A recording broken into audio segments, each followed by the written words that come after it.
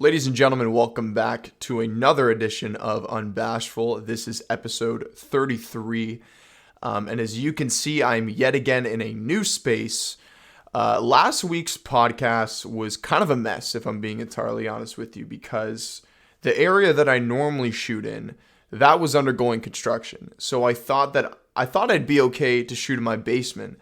Then everything seemed fine, and then afterwards I realized that the mic was actually picking up the sound from my aquarium, which was behind me. I cropped the podcast so you couldn't see it, but there was an aquarium up behind me, and it was picking up the water stream from it. Now, I didn't get any complaints about that, but it was still pretty noticeable. And even in post-production, I tried to see if I can kind of tinker it and sort of isolate it outside of the audio. Because what I tried to do is I tried to kind of turn down, I can't even remember what it's called here, but I tried to adjust the mic so only anything within close proximity, like of the mic itself, would be picked up in the audio. And unfortunately, it ended up picking up that sort of water stream sound, but I didn't realize really towards the end. So at that point, I shot an entire podcast, and I wasn't gonna like. The thing about a podcast is it's not like film and television where you can, like, this isn't an act. You're not watching me like read a script. I'll show you what I'm looking at right now. I am looking at Audacity, which was, I don't know if the camera's going to pick that up or not, but this is the platform I use to record my audio. So that's what I'm looking at right now. So I'm not reading off of a script. This is very much just kind of off the cuff. So to do an entire podcast and to realize afterwards that there was some kind of mistake in the audio. Now, sure, if it's like something unlistenable or unwatchable, I'll scrap it. I've done that before, in fact. There was a time where I did an entire podcast and just something about it was just off. I scrapped the whole thing, and I basically found new topics to talk about. Because the thing is, it's like when you're doing these, when you talk about these topics, and I always kind of like write them out on notes to kind of figure out where my head's going to be at. And when you talk about them once, you're giving your honest thoughts.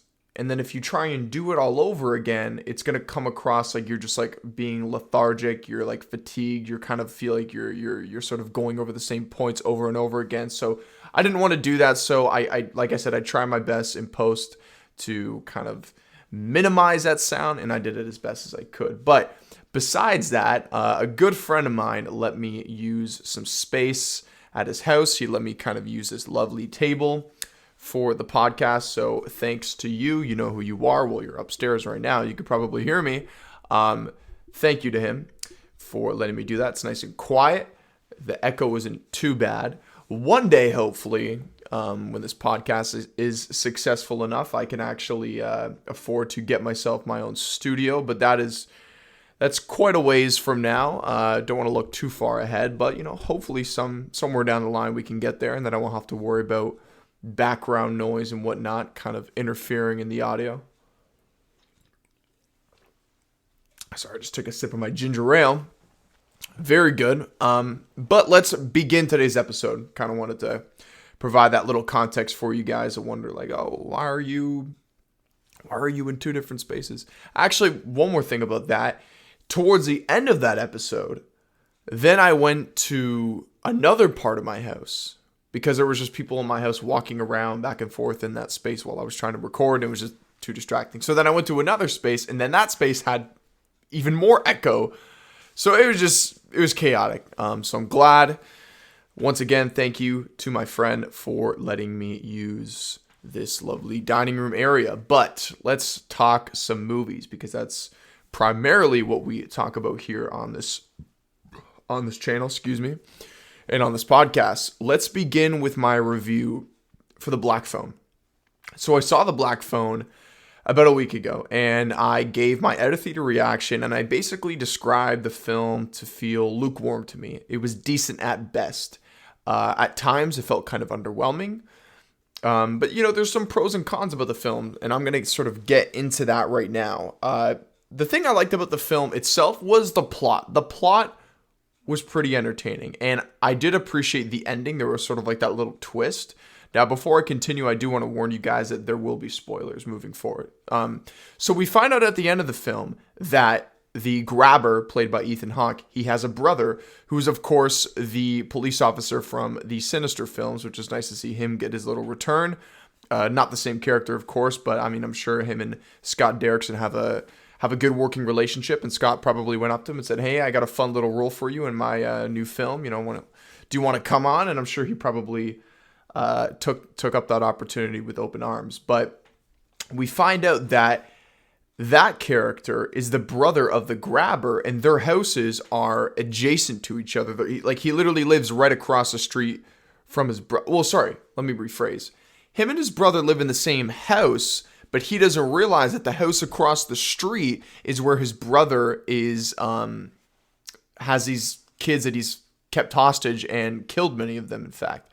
So I kind of like that twist towards the end where you find out that they've been investigating this house, being the brother's house, and then you really don't even realize that right across the street is where the grabber is hiding this little boy, the boy that we follow throughout the film, and subsequently all the other kids that he had in the past and murdered, unfortunately. So that was a pretty nice twist. I was talking about the film with a friend of mine, and it kind of really made me think. And there's sort of a plot hole, if you think about it, and it has to do with the little sister. So the little sister has these sort of like abilities where she can, in her dreams, not even in her dreams, she could do it when she's awake, but when she can like close her eyes, she interacts with this dollhouse and almost performs like a prey. She can sort of like, she's like a mutant almost. She can like see things that aren't around her. And that isn't fully fleshed out. Now they try and explain that she inherited that from her mother, but the way that is explained, like for example, we see the father explain how their mom took her own life because she had voices in her head telling her to do it. They were pretty much alluding to the fact that the mother was like a paranoid schizophrenic, right? So that makes sense. But they try to almost use that and explain and use that as kind of like the justification as to why the sister has this ability. So she's inherited it from her mother, but instead of it being sort of harmful to her, it's more of like a superpower. I would have liked to see them kind of build upon that a little bit more. It's a good concept, but I feel like they didn't provide enough context for that. Now, the thing about when you're telling a story is like the audience doesn't always need answers, right? Sometimes it's good to leave things up for interpretation. But that part of the film specifically, that was a very important part of the story, of the narrative. So I would have liked to see that fleshed out a little bit more.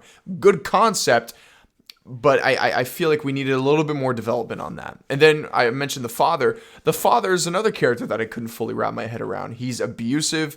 We literally see him, he's abusive. He's an alcoholic. We literally see he's beating up, I can't remember the main character, the boy that we follow, but he's beating up his sister. And then by the end of the film, they almost try and make him out to be a likable character. And it's like, as an audience member, how are you going to make me like this guy where half an hour ago, I literally saw him beating the shit out of a kid? You know what I mean? And clearly you can tell that he's dealing with some trauma that obviously has to do with his wife passing away. But nonetheless, I mean, they didn't really make him a very likable character when you see him abusing his children. So that was a part of the film that didn't really kind of jive for me.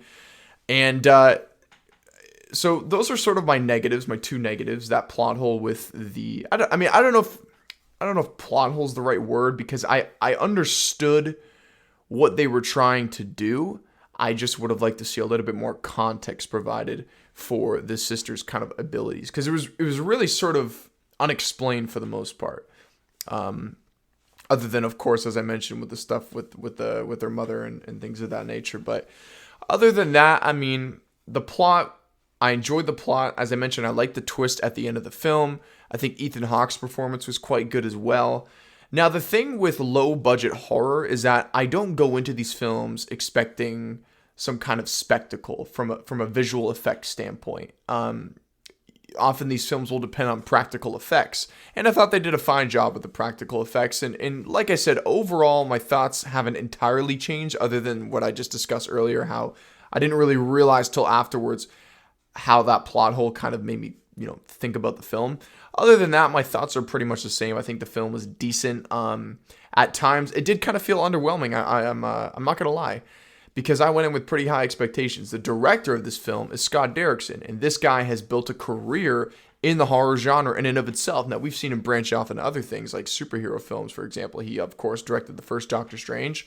And, speaking of the first Doctor Strange, I wouldn't say it's as good as Multiverse of Madness, but it's a I think it's a well-directed film. I think there's some certain areas of that film that lack, particularly with the antagonist. I think Caecilius, played by Mads Mikkelsen, I think was a pretty one-note character. Not to get sidetracked, but he's a very talented director, but specifically with genre filmmaking in the horror genre, this is really his niche. And of course, I love the Sinister films. I think the first one's better than the second, but even the second one is a pleasant surprise as well. So I was expecting a lot going into this film, and did it live up to that? No.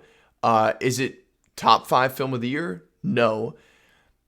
Overall, is it a solid film? Yes, I do believe it's a solid film. Is it worth a trip to the theater? Yes, I believe it's worth a trip to the theater. And if you guys have seen the film, let me know what you think. Did you love it? I seem to be the only person that's kind of in this sort of mixed gray area, because most reviews I've seen it, people are saying they love it. And if you love it, that's great. I hope people love it. But for me, I feel overall kind of mixed on it. But let me know how you feel about the film in the comments below. So today, I just saw Thor Love and Thunder, and the internet where I'm at is down. So depending on what time that decides to get up, you might either be seeing the podcast come out before my out-of-theater reaction for Thor, or you might see, hopefully you'll see, because I'd rather have the out-of-theater reaction come out prior to the podcast coming out. So you might see one or the other come out before each other. But anyways, this is going to be my review for the film. So the film, it's still pretty fresh in my mind. I saw it about 6 hours ago. And I've written down some notes. Make sure I got everything organized here. Yeah, so I've written down some notes to kind of organize my thoughts. And let's start with the positives. I really enjoyed this film. I think it's probably the second best film of Phase 4 so far, just behind Spider-Man No Way Home. The thing about Spider-Man No Way Home is sometimes I forget that it is even a part of Phase 4, right? It feels very much like this spectacle, almost like the same feeling I get from watching an Avengers film, because it's very much an ensemble. You have obviously the 3 Spider-Man, which is, I think it's, at this point, it's okay to talk about that now. It's almost been half a year. You have the 3 Spider-Man, you have the returning villains from the previous films, and you have other characters, supporting characters along. So to me, that film doesn't even feel, I know it is a part of Phase 4, but sometimes I have to remind myself that it is, because sometimes I forget. So aside from No Way Home, because I don't know if there's going to be another film in Phase 4, maybe Fantastic Four, depending on how that turns out, or maybe even Blade. It's possible, but until that day comes, I don't know if there's going to be a film that's going to kind of dethrone Spider-Man No Way Home, in my opinion, as the best film out of the entirety of Phase 4. However, besides Spider-Man No Way Home, there has still been quite a few great films in this phase. Shang-Chi, Doctor Strange Multiverse of Madness, and even some of the other projects, the smaller projects like Loki, for example. I really like that Disney Plus show. So there has still been some good quality MCU content in this phase. And I think that this film is the second best film out of Phase 4. Now let's get into the list of the positives. First and foremost, Chris Hemsworth. Once again, no complaints as him as Thor. This is his role. I cannot see another, like I always, I mentioned in the past with John Krasinski, like there are other actors that exist that can play this character. And in reality, I'm sure there are other actors that could play Thor. It's not impossible, but at this point, he's become so much of this character, and he's played it for so many years. I think it'd be hard to see myself kind of look at any other actor and make that distinction. So I think he does a fantastic job. I mean, I expected him to do a great job at this point. So no complaints with Chris Hemsworth. Next, Russell Crowe. He played Zeus. That is not a spoiler because he's very much in the marketing materials and the trailers. His character was hilarious. I'm not going to get, by the way, no spoilers in this review, but he was hilarious. He had a couple funny one-liners in the post-credit scene with him. He's in the post-credit scene, but that's not a spoiler because he's in the film to begin with. There's other things that happen in that post-credit scene that I will not talk about, but his character was funny. There was a couple times where he kept saying in the film to Thor, like, he was threatening, like, if you keep this up, Thor, like, you're not gonna be in the orgy, or you're disqualified from the orgy. I thought that was pretty funny. So he was a highlight of the film. Up next, Taika Waititi. More specifically, his direction of the film. Now, this seems to be the part that's really kind of splitting fans apart. People are saying that he leaned too much into the comedy, into the humor, and the film almost feels like a satire rather than an actual superhero film. And then some people like me, I'm on the other side of the fence where I feel like they built upon the things that worked in Ragnarok and they went even farther with that. And for me, that is not an issue. I very much like Taika's direction. I like the writing of this film. So all of that worked for me. Taika's direction worked. His choice of, color choices, from the vibrant colors that he uses, everything is very exaggerated if you compare the way visually his films look compared to, what is that? I think that's my friend's cat's like water bowl. Anyways, but if you compare to the visual style of Taika's sort of format with Ragnarok and now Love and Thunder, and you compare that to Kenneth Branagh's Thor, and I can't even remember who directed I can't even remember who directed the second Thor. It might have been Kenneth Branagh, might have been somebody else, but those films were very kind of bleak, very dark, gray, sort of darker colors. But this film, once again, is very vibrant. It has a lot of the similarities from an artistic standpoint to Ragnarok, and I very much had no issue with that, and I think that actually kind of worked in the film's favor. This film digs very, very deep into the cosmic and comic mythology of the MCU. There are some characters that are mentioned in this film. Characters, I don't know if you call them characters or more beings in this film. Once again, I will not say what, but there are some they're going deep. They're definitely digging deep into the mythology of the comics. And we're seeing that very, very much in this film. So that, to me, I like that stuff. I like the sort of cosmic aspects of the MCU, and they very much lean into that. Next was the chemistry between Thor and Jane Foster. Now, in the first two Thor films, Thor the Dark World, and of course, the first Thor, I felt Jane Foster, the character, was just there to be the love interest of Thor and pretty much nothing more. And the shitty thing about that was because Natalie Portman is such an astounding actress. She's an Academy Award winning actress and in a multiple. I think she's been I'm fucking stuttering. She's been nominated multiple times for Academy Award, and I believe that she's actually won an Academy Award. I think it was either for The Black Swan, but I could be wrong. So she's a fantastic actress, and I feel like they weren't really playing into her strengths in the first two films. You kind of just felt like she was just there to just be the damsel in distress for Thor to kind of save.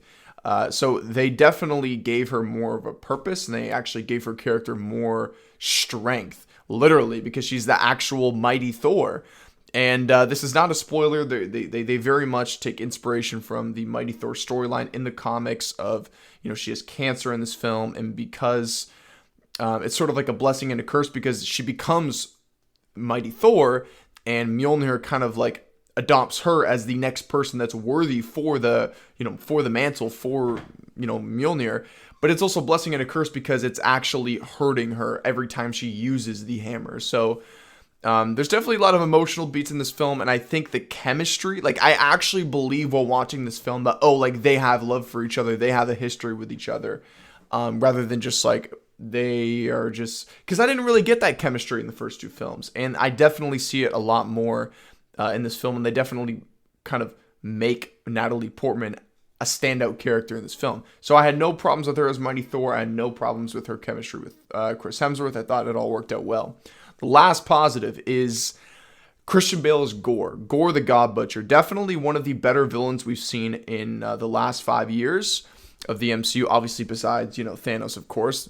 I think he's the greatest villain we've seen in the MCU, and I think most people will probably agree with that. He was fantastic as Gore. He was creepy as fuck sometimes. I love the sort of visual aspect of how he looked.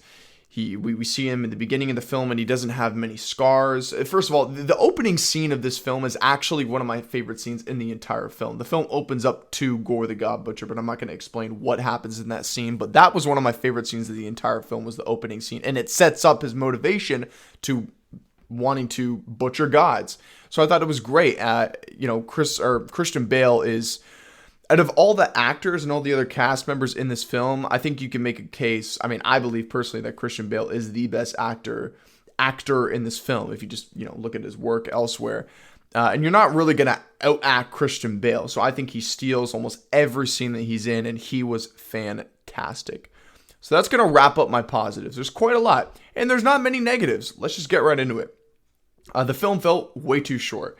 Now, this seems to be a trend that we're seeing within the last couple of Marvel films. This one and Doctor Strange Multiverse of Madness. It almost seems like somebody in some kind of authoritative position is breathing down Marvel's neck, saying, whether it's Bob Chapek or by the way, I don't know that to be true or not, or maybe this is just a simple choice that Kevin Feige and Marvel has been going with, but it feels like somebody is kind of on their back saying, like, we want this film to be less or just at 2 hours long, not a minute longer than that, for whatever reason. And I feel that this film could have easily had an additional 15 to 20 minutes. Things move fast, like way too fast. Like when the film ended, I was like, it feels like I just got here. Like it feels like a blink of an eye. Like everything was just, and that's kind of a strength and a weakness, because you don't want a film that overstays its welcome.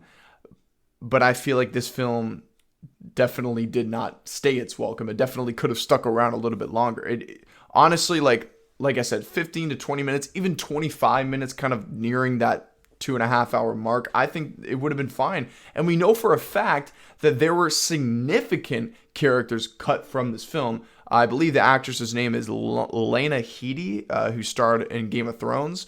I'm personally not very familiar with her, but I know that she has she's developed a cult following from, of course, Game of Thrones, and from what I've seen, she's a very talented actress, and she was cut entirely from the film. And apparently, she had a pretty significant role because she was supposed to be paid around, I think the number going around is like $7 million roughly as an estimate. So clearly, she was in the film a significant amount.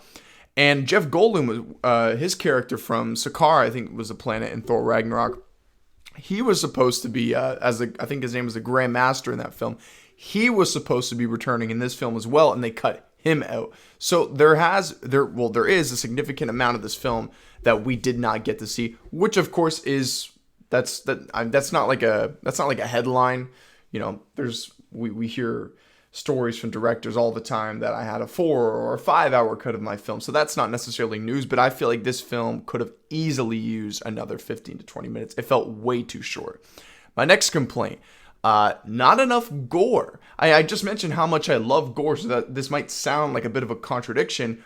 So I want to be clear. This is not a criticism that I wanted to see more from his character in terms of like their performance, because that's not the issue. Christian Bale outacted the fuck out of anybody else that was beside him in whatever scene he was in. He was fantastic. So there's no issues with his performance. I just wanted to see more of him. That's all. I felt like I understood his motivation. Everything was fine, but for example, throughout the film, we're hearing that, this god just got killed, or this god just got killed, and obviously it's because of Gore the God Butcher, but we don't see any of that happening. I would have liked to see, a little bit of time dedicated to Gore just kind of going around, just fucking people up. That would have been entertaining, you know what I mean? And I feel like, that would have been nice to see, and just a little bit more, maybe a little bit more character development. I say that, but like I said, I understood his motivation. So I would have liked to see a little bit more Gore the God Butcher.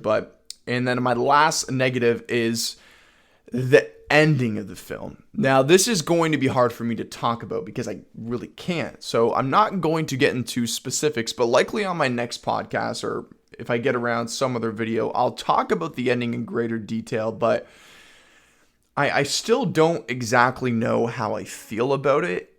The best way I can put it right now is the ending is kind of odd. And it has to do with the sort of conclusion to Gore's arc in the film. And I've heard other people talk about this, and like I said, that's pretty much all I can say about it. I'm not going to get into spoilers because the film has pretty much just come out globally. So by the time I upload this podcast, there's going to be a lot of people that still haven't had the chance to see the film, so I don't want to spoil it for them. But yeah, kind of odd how they kind of wrapped up his arc in the film, and yeah. Now, the post-credit scene was pretty cool. I say the scene. Well, I mean, both scenes were actually pretty cool now that I'm thinking about it. See, a lot of things are just coming off the cuff because, like I said, the film is very fresh in my mind. Both post-credit scenes are pretty awesome, especially the first one, the middle credit scene, which is usually the one that, teases something significant for the next film.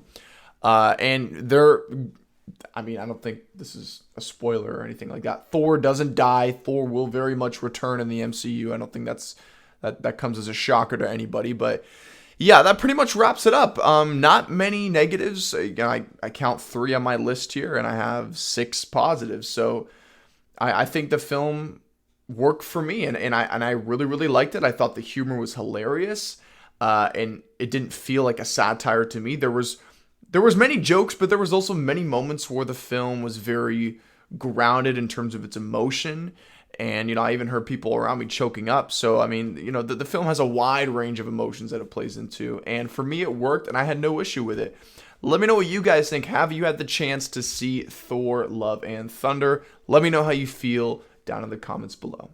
Well, actually, before we move on to the next headliner, I think I probably should address this. I don't even know if I entirely want to, but the biggest question around Thor Love and Thunder that everybody's asking, and it's inherently, you're going to have people that are going to wonder this. And, I get it. Is this film better than Thor Ragnarok? Because we're pretty much seeing Taika Waititi, the director, get his own trilogy of Thor films. Of course, starting with the third Thor film, Ragnarok. This is, of course, now the second in his trilogy, so he's probably going to get one more film. And is this better than the first film? And I can't really say yes or no right now. I think I'm gonna need to see the film one more time. Like, off the top of my head, like I can identify areas of the film that I appreciated in Ragnarok more than I appreciated in Love and Thunder. And on the flip side, I can also pick out elements of this film, Love and Thunder, that I much more appreciated and that kind of worked for me more than they would have in Ragnarok. So I'm going to need to rewatch the film and also have a couple days to kind of think about it a little bit more. But I'm going to give a current top 10 list of the MCU right now, sort of updated to let you know if this film is even on this list. Now let's go through it. Number 1, Avengers Endgame. Number 2, Avengers Infinity War. Number 3, Guardians of the Galaxy. Number 4, Spider-Man No Way Home. Number 5, Captain America Civil War. Number 6, Iron Man. Number 7, Avengers. Number 8, Thor Ragnarok. Number 9, Black Panther. Number 10, Captain America the Winter Soldier.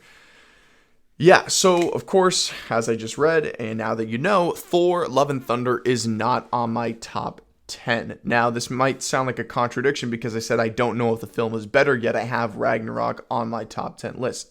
It's been on my top 10 list since I saw the film back in whenever it came out, 2017, I think. It's when Ragnarok came out. And if Thor Love and Thunder is going to dethrone any film off that list, it will be Ragnarok. So, but right now, I can't say for sure. I'm going to need to kind of think about it a little bit more. But real quick, the last film on my list, because I know some people are probably going to be up in arms about this, because I've talked to so many people that have Captain America the Winter Soldier as their number 1 favorite film of all time. And you know what? That is perfectly fine. It's number 10 for me. And to be quite honest, if I had to pick one film that I think is probably the most overrated MCU film of all time, I would probably say The Winter Soldier. I like The Winter Soldier. I like the sort of spy espionage, sort of plot to it and narrative, but I think it's incredibly overrated. I don't understand. Well, okay, I can't say I don't understand how people think it's the greatest, because I won't be able to understand that, because this, film is subjective, obviously. So, I can't really say that, but yeah, I personally, for me, I can't see how it's better than Endgame, Infinity War, Guardians of the Galaxy. Like, those films for me are just, one and one. I can't, yeah. Endgame's going to be on that number one spot for a long time. But anyways, let's move on to the next headliner. So every day at some point, I usually like to try and get in some acting training, kind of work on the craft.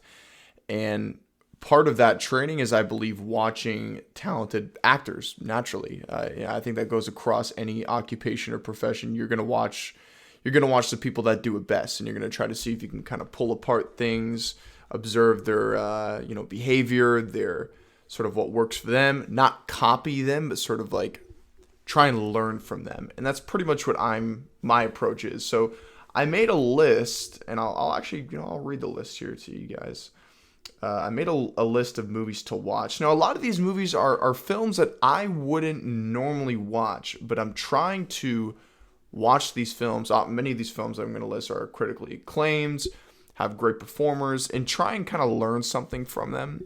And I'm going to talk about one of them in particular that I watched that I was just blown away by. And one of the joys when you're watching a movie is when it's almost like if you watch a movie you've never really heard of, you go in with a blindfold and you kind of take it off and boom, you just watch the film. It very much feels like, how can I put this?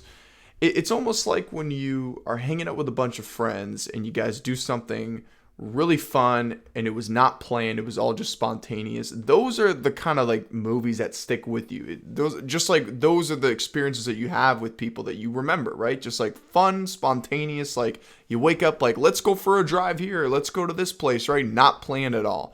That's kind of like what happened with this film.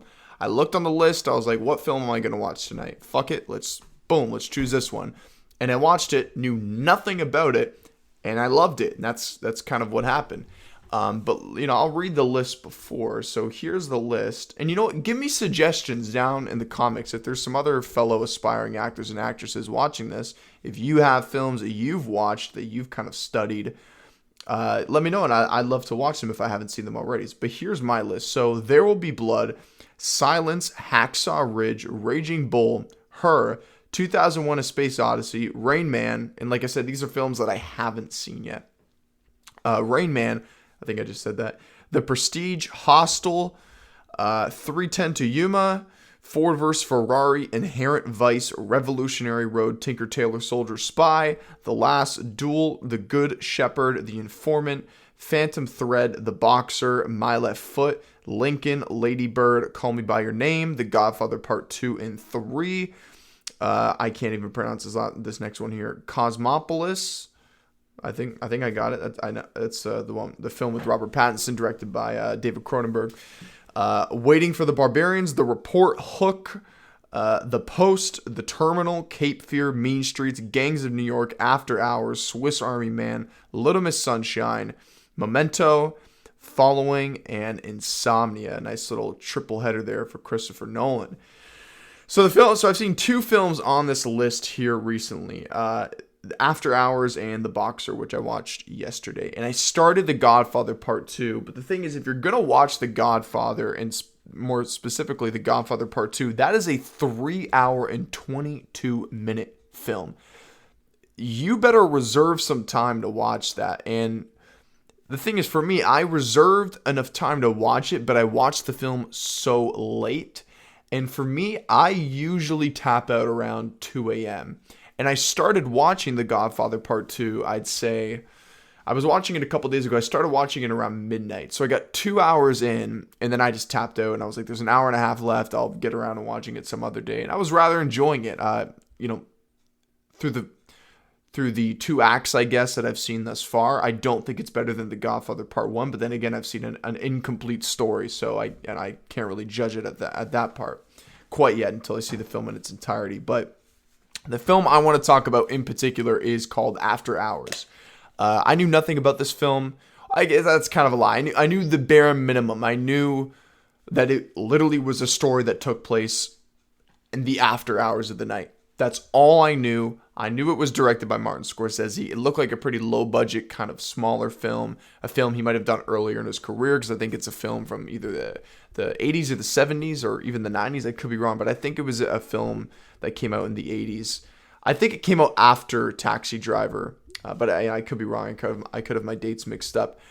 And the sort of surface level plot, this movie is about a guy in his chaotic, crazy night. Nothing is going right for this individual. It starts off with him going on this date, and it all, like I said, everything happens over the course of one night. He meets this girl, and she comes across normal and charming, and clearly she's attracted to him, and she's gained his attention, and he wants to meet her. And he meets this girl at a cafe, and he gets her number at the cafe, and then she leaves the cafe, and then he calls her later that night, and he says, "Hey, do you want to hang out?" And he goes to her apartment, he goes to her place, and he starts to see, like, there's sort of something wrong here. And then, like, I'm speaking very vague because I don't want to spoil the film. I know it's like 30 years old, but, you know, I would love for you guys to check it out and then let me know what you think, because I think going into a movie like this, knowing nothing, will do you so much better after you watch it. Because if you go into this film kind of knowing like every single detail, it's not gonna hit the same. So I don't want to spoil it for you guys, but basically he goes on this date with this girl. It goes terribly wrong. He pulls himself out of the equation. He's like, that just was not working. But then one thing after another, like, his night progressively gets worse and worse, and he's meeting, you know, these different people, these different characters, and each one of them is kind of interesting, let's just say, and unique. And nothing is going right, and it's funny. It's also very much like Twilight Zone-esque, like, it almost feels like something out of a dream, out of a nightmare. It was awesome, and it's one of my favorite Scorsese films that I've seen. Now, granted, this is coming from an individual that has not seen Raging Bull. I haven't seen Mean Streets. The Scorsese, I haven't seen Silence, which is on my list. I do hope to get around to see that film at some point. The Martin Scorsese films that I have seen are Wolf of Wall Street, which I think is probably my favorite Scorsese film. The Irishman, which I'll be honest, I didn't really like The Irishman. I think the film, first of all, was way too long. I got bored around the third act, to be quite frank with you. I understood the story, you know, with Jimmy Hoffa and all that. I wasn't a particular fan of that film. Did think it was terrible, but not my favorite Scorsese film. So I've seen The Irishman, I've seen The Wolf of Wall Street, I've seen Taxi Driver. What other films have I seen? I've seen Goodfellas, of course. Okay, I would say his best film for me is a tie between Wolf of Wall Street and Goodfellas. Although I think I might lean towards Wolf of Wall Street. But besides the point. But this film, wow, I loved it. It's a pretty linear. Well, actually, it's not a linear story because you can't guess what's going to happen next to this guy. And by the end of the film, I don't want to spoil it, but please, if you have the time, it's a pretty easy watch. I think it's only like an hour and a half long. Go watch After Hours. What a great film. And like I said, go into it like knowing nothing. You will enjoy it that much more because of it. If you have seen the film, let me know in the comments below. Do you think it's one of Scorsese's best films? Like I said, once I see Raging Bull, Silence, Mean Streets, which are all on my list, then maybe my mind will change. But I thought the film was fantastic. So the last headliner I want to discuss today to kind of wrap up today's podcast is we finally have seen the first trailer for one of my most anticipated films of the year, Amsterdam. David O. Russell's next film. For those of you who aren't familiar with David O. Russell's work, he directed The Fighter, which I think is probably my favorite film of his. Up next, he directed Silver Linings Playbook, which is a close second. I very much enjoy that film. and then American Hustle, and he's done a couple other films. But those are the 3 films that I've seen of his. American Hustle I enjoy, but it's probably my least favorite out of the 3. And I think Silver Linings Playbook and The Fighter are pretty close. But I think Christian Bale's performance as Mark Wahlberg's brother, his name is Dickie in the movie. It's based off a true story. What a magnificent performance. That was a film that I watched recently again, once again kind of analyzing, studying him. What a amazing performer Christian Bale is. But, you know, we often see with these directors in Hollywood, they'll bring back certain actors that they've worked with in other films, and because it's like a match made in heaven. And we're seeing that again with David O. Russell. Christian Bale, of course, is returning, but we're also seeing a lot of new faces that haven't worked with David O. Russell before. Of course, we're seeing John David Washington, who's one of my favorite actors right now. I think he was incredible in Tenet. I don't think enough people give him credit for his performance in Tenet. Robert Pattinson was fantastic as well, but I think John David Washington really kind of sold that character, because at the end of the day, he didn't even have a name. He was just the protagonist, but I think he had such a suaveness to him, very James Bond-esque to that character in Tenet. But not to get sidetracked. Let me just go through this cast. Now, I'm going to be going through it off the top of my head because right now where I am in Canada, the network is down.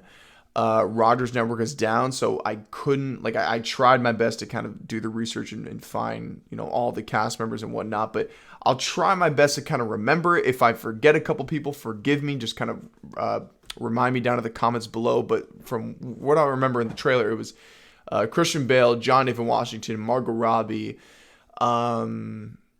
Timothy Olyphant, Taylor Swift was in this as well, Chris Rock, Robert De Niro.